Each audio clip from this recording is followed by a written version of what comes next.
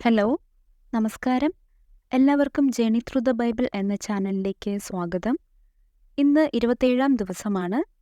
ഇന്ന് വായിക്കാൻ പോകുന്നത് പുറപ്പാട് പുസ്തകത്തിലെ 1-ാം അധ്യായവും 2-ാം അധ്യായവും, ലേവ്യ പുസ്തകത്തിലെ 1-ാം അധ്യായവും, കൂടെ സങ്കീർത്തനങ്ങളിലെ 44-ാം അധ്യായവുമാണ്. നമുക്ക് തുടങ്ങാം. പിതാവിൻ്റെയും പുത്രൻ്റെയും പരിശുദ്ധാത്മാവിൻ്റെയും നാമത്തിൽ ആമേൻ. പുറപ്പാട് പുസ്തകം 1-ാം അധ്യായം. ഈജിപ്തിലെ അടിമത്തം. യാക്കോബിനോടുകൂടെ കുടുംബസമേതം ഈജിപ്തിൽ വന്നു ചേർന്ന ഇസ്രായേൽ മക്കൾ ഇവരാണ്: Reuben, Simeon, Levi, Judah, Issachar, Zebulun, Benjamin, Dan, Naphtali, Gad, ആശീർ.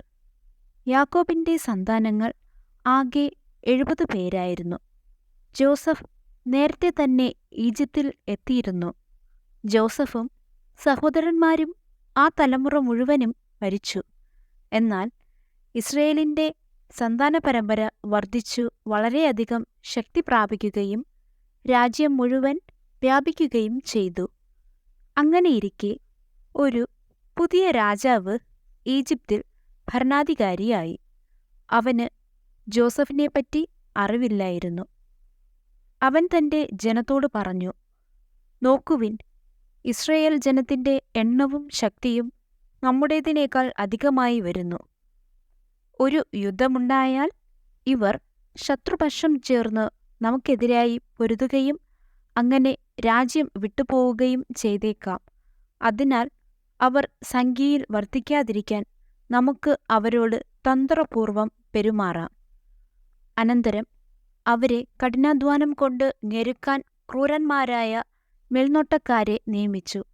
അങ്ങനെ ഇസ്രായേൽക്കാർ ഫറവോയ്ക്കു വേണ്ടി പിത്തോം, റംസേസ് എന്നീ സംഭരണ നഗരങ്ങൾ നിർമ്മിച്ചു.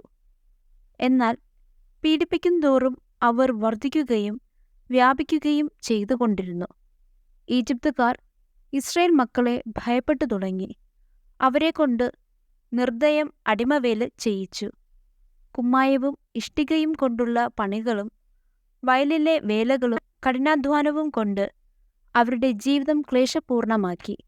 മർദ്ദനത്തിൻ കീഴിൽ അടിമവേല ചെയ്യാൻ ഇസ്രായേല്യർ നിർബന്ധിതരായി. ഈജിപ്ത് രാജാവ് ഷിഫ്ര, പൂവ എന്നു പേരായ 2 ഹെബ്രായ സൂതികർമ്മിണികളോട് പറഞ്ഞു: നിങ്ങൾ ഹെബ്രായ സ്ത്രീകൾക്ക് പ്രസവ ശുശ്രൂഷ നൽകുമ്പോൾ ശ്രദ്ധിക്കുവിൻ. പിറക്കുന്നത് ആൺകുട്ടിയെങ്കിൽ അവനെ വധിക്കണം, പെൺകുട്ടിയെങ്കിൽ ജീവിച്ചുകൊള്ളട്ടെ. എന്നാൽ ആ സൂതികർമ്മിണികൾ ദൈവഭയമുള്ളവരായിരുന്നതിനാൽ രാജാവ് പറഞ്ഞതുപോലെ ചെയ്തില്ല. അവർ ആൺകുട്ടികളെ ജീവിക്കാൻ അനുവദിച്ചു. ആകയാൽ രാജാവ് സൂതികർമ്മിണികളെ വിളിച്ചു ചോദിച്ചു: നിങ്ങൾ എന്തുകൊണ്ട് ഇങ്ങനെ ചെയ്തു? ആൺകുട്ടികളെ കൊല്ലാതെ വിട്ടതെന്തുകൊണ്ട്? സൂതികർമ്മിണികൾ ഫറവോയോട് പറഞ്ഞു: ഹെബ്രായ സ്ത്രീകൾ ഈജിപ്തുകാരികളെപ്പോലെയല്ല. അവർ പ്രസരിപ്പുള്ളവരാകയാൽ സൂതികർമ്മിണി ചെന്നെത്തും മുന്നേ പ്രസവിച്ചു കഴിയും. ദൈവം സൂതികർമ്മിണികളോട് കൃപ കാണിച്ചു. ജനം വർദ്ധിച്ചു പ്രബലരായി തീർന്നു. സൂതികർമ്മിണികൾ ദൈവഭയമുള്ളവരായിരുന്നതുകൊണ്ട് അവിടുന്ന് അവർക്ക് സന്താന പരമ്പരകളെ പ്രദാനം ചെയ്തു. അപ്പോൾ ഫറവോ പ്രജകളോട് കൽപ്പിച്ചു: ഹെബ്രായർക്ക് ജനിക്കുന്ന ആൺകുട്ടികളെയെല്ലാം നൈൽ നദിയിൽ എറിഞ്ഞു കളയുവിൻ, പെൺകുട്ടികൾ ജീവിച്ചു കൊള്ളട്ടെ. പുറപ്പാട് 2-ാം അധ്യായം. മോശ ജനിക്കുന്നു. അക്കാലത്ത് ലേവി ഗോത്രത്തിൽപ്പെട്ട ഒരാൾ തൻ്റെ തന്നെ ഗോത്രത്തിൽപ്പെട്ട ഒരു സ്ത്രീയെ വിവാഹം ചെയ്തു. അവൾ ഗർഭം ധരിച്ച് ഒരു പുത്രനെ പ്രസവിച്ചു. ശിശു കോമളനായിരുന്നതിനാൽ അവൾ അവനെ 3 മാസം രഹസ്യമായി വളർത്തി. അവനെ തുടർന്നും രഹസ്യത്തിൽ വളർത്തുക ദുഷ്കരമായി തീർന്നപ്പോൾ അവൾ ഞാങ്ങണ കൊണ്ട് നെയ്ത് കളിമണ്ണും താറും പൂശിയ ഒരു പേടകത്തിൽ അവനെ കിടത്തി. ഞാങ്ങണച്ചെടികളുടെ ഇടയിൽ പേടകം കൊണ്ടുചെന്ന് വെച്ചു. അവന് എന്തു സംഭവിക്കുമെന്ന് ഉറ്റുനോക്കിക്കൊണ്ട് അവൻ്റെ സഹോദരി കുറെ അകലെ കാത്തു നിന്നിരുന്നു. അപ്പോൾ ഫറവോയുടെ പുത്രി വന്ന് കുളിക്കാൻ നദിയിലേക്കിറങ്ങി. അവളുടെ തോഴിമാർ നദീതീരത്തിലൂടെ നടക്കുകയായിരുന്നു. രാജകുമാരി ഞാങ്ങണച്ചെടികളുടെ ഇടയിൽ ആ പേടകം കണ്ടു. ഒരു ദാസിയെ അയച്ച് അവൾ അതെടുപ്പിച്ചു. തുറന്നു നോക്കിയപ്പോൾ അവൾ ശിശുവിനെ കണ്ടു. അവൻ കരയുകയായിരുന്നു. അവൾക്ക് അവനോട് അനുകമ്പ തോന്നി. ഇത് ഒരു ഹെബ്രായ ശിശുവാണ് എന്ന് അവൾ പറഞ്ഞു. അപ്പോൾ അവൻ്റെ സഹോദരി ഫറവോയുടെ പുത്രിയോട് ചോദിച്ചു, നിനക്ക് വേണ്ടി ഈ കുട്ടിയെ മുലയൂട്ടി വളർത്തുന്നതിന് ഒരു ഹെബ്രായ സ്ത്രീയെ ഞാൻ വിളിച്ചുകൊണ്ട് വരട്ടെയോ? ഫറവോയുടെ പുത്രി അവളോട് പറഞ്ഞു, അങ്ങനെയാവട്ടെ. അവൾ പോയി ശിശുവിൻ്റെ അമ്മയെ വിളിച്ചുകൊണ്ടുവന്നു.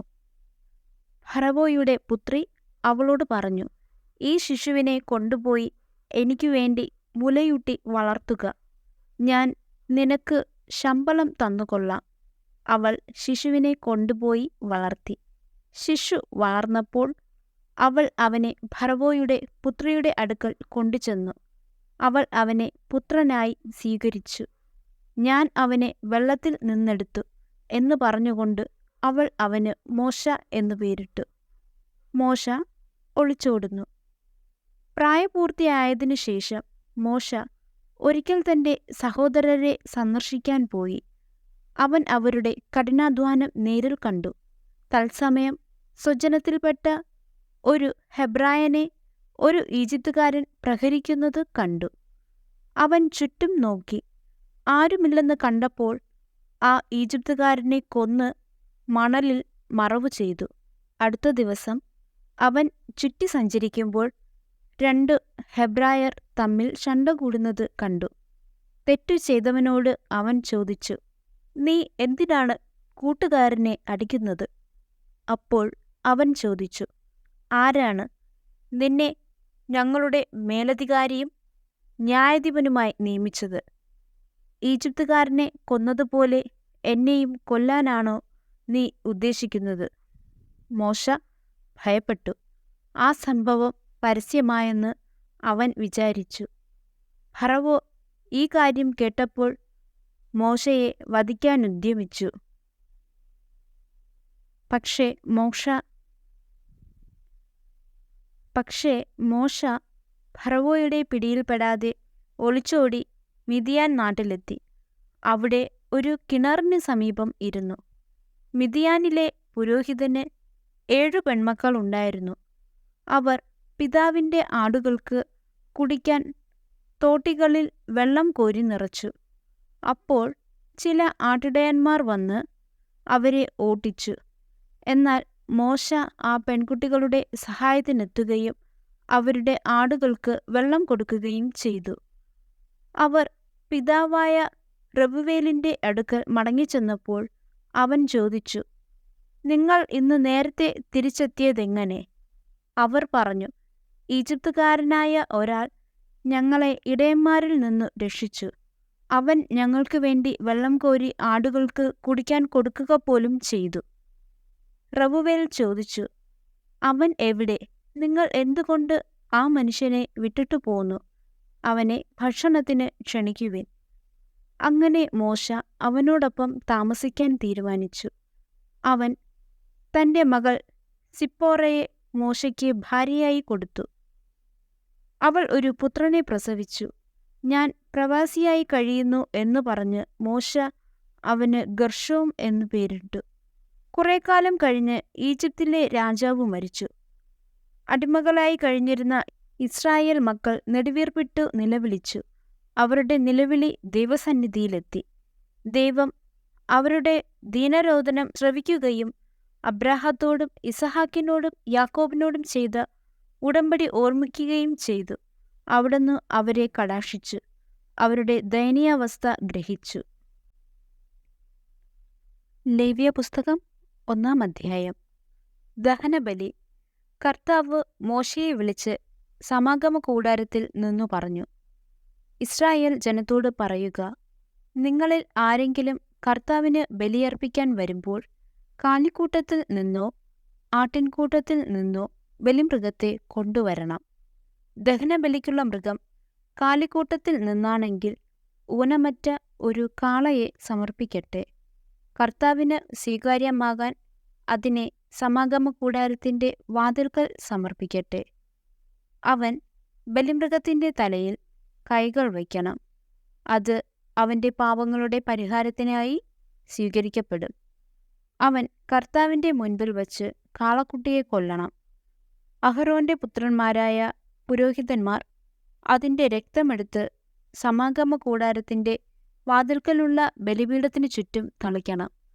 അതിനുശേഷം ബലിമൃഗത്തെ തോലുരിഞ്ഞ് കഷ്ണങ്ങളായി മുറിക്കണം.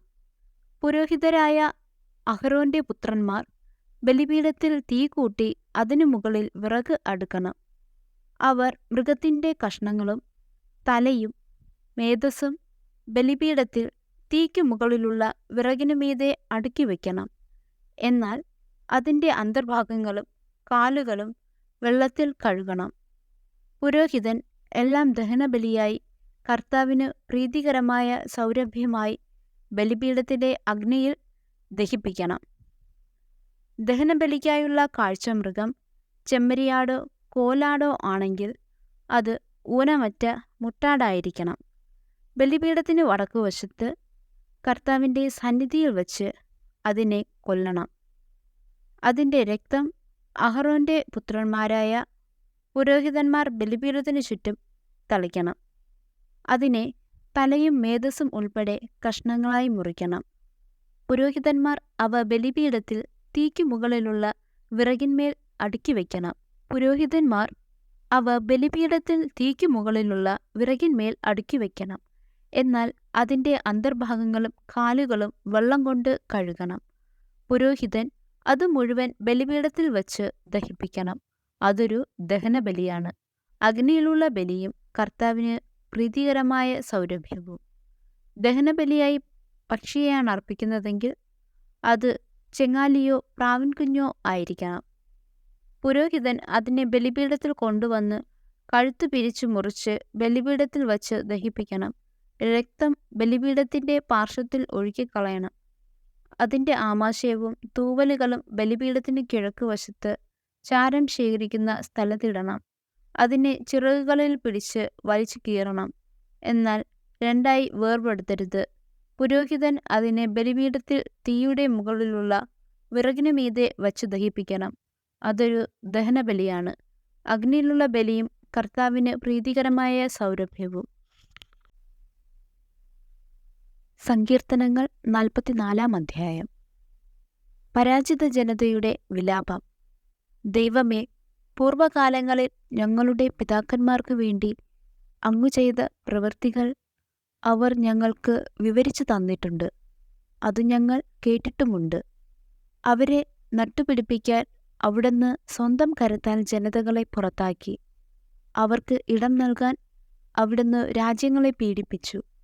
വാളുകൊണ്ടല്ല അവർ നാട് പിടിച്ചടക്കിയത്, കരബലം കൊണ്ടല്ല അവർ വിജയം വരിച്ചത്. അവിടുത്തെ വലത്തുകൈയും ഭുജവും മുഖപ്രകാശവും കൊണ്ടത്രേ. അങ്ങ് അവരിൽ പ്രസാദിച്ചു. അവിടുന്നാണ് എൻ്റെ രാജാവും ദൈവവും. അവിടുന്നാണ് യാക്കോബിന് വിജയങ്ങൾ നൽകുന്നത്. അങ്ങയുടെ സഹായത്താൽ ശത്രുക്കളെ ഞങ്ങൾ തള്ളി വീഴ്ത്തുന്നു. ഞങ്ങളെ ആക്രമിക്കുന്നവരെ ഞങ്ങൾ അങ്ങയുടെ നാമം വിളിച്ചു ചവിട്ടി മെതിക്കുന്നു. വില്ലിലല്ല ഞാൻ ശരണം വെച്ചത്, വാളിന് എന്നെ രക്ഷിക്കാൻ കഴിയുകയുമില്ല. എന്നാൽ അവിടുന്ന് ഞങ്ങളെ ശത്രുക്കളിൽ നിന്ന് രക്ഷിച്ചു. ഞങ്ങളെ വെറുക്കുന്നവരെ സംഭ്രമിപ്പിച്ചു. ഞങ്ങൾ ദൈവത്തിൽ നിരന്തരം അഭിമാനം കൊണ്ടു. അങ്ങയുടെ നാമത്തിനു ഞങ്ങൾ എന്നും നന്ദി പറയും. എന്നിട്ടും അവിടുന്ന് ഞങ്ങളെ തള്ളിക്കളയുകയും അപമാനത്തിലാഴ്ത്തുകയും ചെയ്തു. ഞങ്ങളുടെ സൈന്യങ്ങളോടൊപ്പം വന്നതുമില്ല. ശത്രുവിൻ്റെ മുമ്പിൽ തോറ്റോടാൻ അവിടുന്ന് ഞങ്ങൾക്കിടവരുത്തി. അവർ ഞങ്ങളെ കൊള്ളയടിച്ചു. അവിടുന്ന് സ്വന്തം ജനത്തെ തുച്ഛവിലയ്ക്ക് വിറ്റു. അവിടുന്ന് അവർക്ക് വില കൽപ്പിച്ചില്ല. അവിടുന്ന് ഞങ്ങളെ അയൽക്കാർക്ക് അപമാനപാത്രവും ചുറ്റുമുള്ളവർക്ക് നിന്ദാവിഷയവും പരിഹാസപാത്രവുമാക്കി. അവിടുന്ന് ഞങ്ങളെ ജനതകൾക്കിടയിൽ പഴമൊഴിയാക്കി. രാജ്യങ്ങൾക്കിടയിൽ ഞങ്ങൾ അവഹേളിതരായി. ദിവസം മുഴുവൻ എൻ്റെ അപമാനം എൻ്റെ മുമ്പിലുണ്ട്. ലജ്ജ എൻ്റെ മുഖത്തെ ആവരണം ചെയ്യുന്നു. നിന്ദകരുടെയും ദൂഷകരുടെയും വാക്കുകൾ കൊണ്ടും ശത്രുവിൻ്റെയും പ്രതികാരേച്ഛുവിൻ്റെയും ദർശനം കൊണ്ടും തന്നെ. ഞങ്ങൾ അങ്ങയെ മറന്നില്ല, അങ്ങയുടെ ഉടമ്പടിയോട് അവിശ്വസ്തത കാണിച്ചില്ല. എന്നിട്ടും ഇത് ഞങ്ങൾക്ക് സംഭവിച്ചു. ഞങ്ങളുടെ ഹൃദയം പിന്തിരിയുകയോ ഞങ്ങളുടെ കാലടികൾ അങ്ങയുടെ വഴി വിട്ടുമാറുകയോ ചെയ്തില്ല. എന്നിട്ടും അവിടുന്ന് ഞങ്ങളെ കുറുനരികളുടെ സങ്കേതത്തിൽ ചിതറിക്കുകയും കൂരിരുട്ടുകൊണ്ട് ഞങ്ങളെ മൂടുകയും ചെയ്തു. ഞങ്ങൾ ഞങ്ങളുടെ ദൈവത്തിൻ്റെ നാമത്തെ മറക്കുകയോ അന്യദേവന്റെ മുമ്പിൽ കൈകൾ വിരിച്ചു നിൽക്കുകയോ ചെയ്തിരുന്നെങ്കിൽ അത് ദൈവത്തിൻ്റെ കണ്ണിൽ പെടാതിരിക്കുമോ? ഹൃദയരഹസ്യങ്ങൾ അവിടത്തേക്ക് അറിയാമല്ലോ. ഞങ്ങൾ അങ്ങയെ പ്രതി എല്ലായ്പ്പോഴും വധിക്കപ്പെടുന്നു. അറക്കാനുള്ള ആടുകളായി ഞങ്ങൾ കരുതപ്പെടുന്നു. കർത്താവേ, ഉണർന്നെഴുന്നേൽക്കണമേ. അവിടുന്ന് ഉറങ്ങുന്നതെന്ത്? ഉണരണമേ. എന്നേക്കുമായി ഞങ്ങളെ തള്ളിക്കളയരുതേ. അവിടുന്ന് മുഖം മറയ്ക്കുന്നതെന്ത്? ഞങ്ങൾ ഏൽക്കുന്ന പീഡനങ്ങളും മർദ്ദനങ്ങളും അവിടുന്ന് മറക്കുന്നതെന്ത്? ഞങ്ങൾ പൂഴിയോളം താണിരിക്കുന്നു. ഞങ്ങളുടെ ശരീരം നിലം പറ്റിയിരിക്കുന്നു.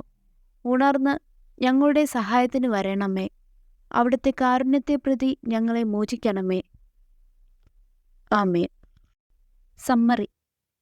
പുറപ്പാട് പുസ്തകത്തിലെ 1-ാം അധ്യായത്തിലും 2-ാം അധ്യായത്തിലും ഈജിപ്തിലെ ഇസ്രയേല്യരുടെ അടിച്ചമർത്തൽ സാഹചര്യങ്ങളും മോശയിലൂടെ അവരുടെ അത്ഭുതകരമായ വിടുതലും ശിശു മോശയുടെ സംരക്ഷണവും വിവരിക്കുന്നു.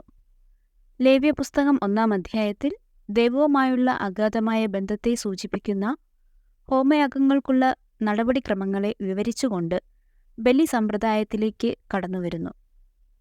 സങ്കീർത്തനം 44-ാം അധ്യായത്തിൽ ദൈവവും ഇസ്രായേലും തമ്മിലുള്ള ഉടമ്പടി ബന്ധത്തെക്കുറിച്ച് സങ്കീർത്തനക്കാരൻ പ്രതിഫലിപ്പിക്കുന്നു. ദൈവിക ഇടപെടലിലുള്ള ദുരിതവും വിശ്വാസവും പ്രകടിപ്പിക്കുന്നു. ഈ ഭാഗങ്ങൾ തമ്മിലുള്ള ബന്ധം വിടുതൽ, ത്യാഗം, ദൈവവുമായുള്ള ഉടമ്പടി ബന്ധം എന്നീ വിഷയങ്ങളിലാണ്. പുറപ്പാട് അടിമത്തത്തിൽ നിന്നുള്ള ദൈവത്തിൻ്റെ വിടുതലിനെ ചിത്രീകരിക്കുന്നു. അതേസമയം ലേവ്യപുസ്തകം ദൈവത്തോട് അടുക്കുന്നതിനുള്ള ഒരു മാർഗമായി ബലിയർപ്പണങ്ങളുടെ പ്രാധാന്യം ഊന്നിപ്പറയുന്നു. സങ്കീർത്തനം 44-ൽ സങ്കീർണമായ വികാരങ്ങളെ ഉൾക്കൊള്ളുന്നു. നിലവിലെ വെല്ലുവിളികളുമായി പോരാടുമ്പോൾ ദൈവത്തിൻ്റെ ചരിത്രപരമായ പ്രവൃത്തികളെ തിരിച്ചറിയുന്നു. ഈ ഭാഗങ്ങൾ ഒന്നിച്ച് ദൈവത്തിൻ്റെ വീണ്ടെടുപ്പ് വേല, ത്യാഗത്തിലൂടെയുള്ള ആരാധനയുടെ പ്രാധാന്യം, ദൈവവും അവൻ്റെ ജനവും തമ്മിലുള്ള ശാശ്വതമായ ഉടമ്പടി എന്നിവയുടെ സംയോജിത വിവരണം വാഗ്ദാനം ചെയ്യുന്നു. ഈ ബന്ധങ്ങൾ പര്യവേക്ഷണം ചെയ്യുന്നത് ഇസ്രായേൽക്കാരുടെ ആത്മീയ യാത്രയെ രൂപപ്പെടുത്തുന്ന ദൈവിക ഇടപെടലുകളെ ഉയർത്തിക്കാട്ടിക്കൊണ്ട് വിശ്വാസത്തിൻ്റെ സങ്കീർണമായ രേഖാചിത്രത്തെക്കുറിച്ചുള്ള ആഴത്തിലുള്ള ഉൾക്കാഴ്ച നൽകുന്നു. മറ്റൊരു വീഡിയോയുമായി വീണ്ടും കാണാം. നമസ്കാരം.